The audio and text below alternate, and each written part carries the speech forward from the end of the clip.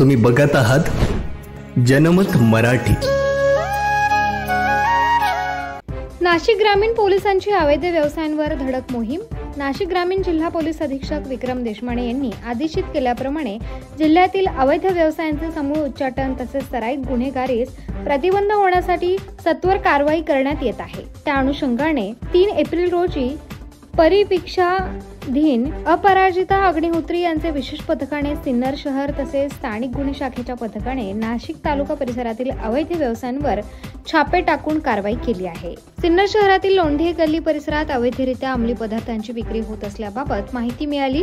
त्याप्रमाणे पथकातील अधिकारी व अंमलदार यांनी सदर ठिकाणी छापा टाकून अंमली पदार्थ गांजा व भांग पावडरची अवैधरित्या विक्री व सेवन करणारे इसमांना ताब्यात घेऊन कारवाई केली।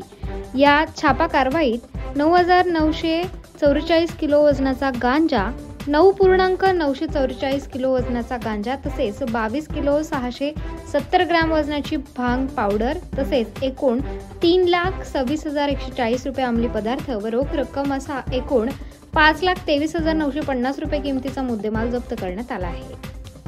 जबाबदारी न्याय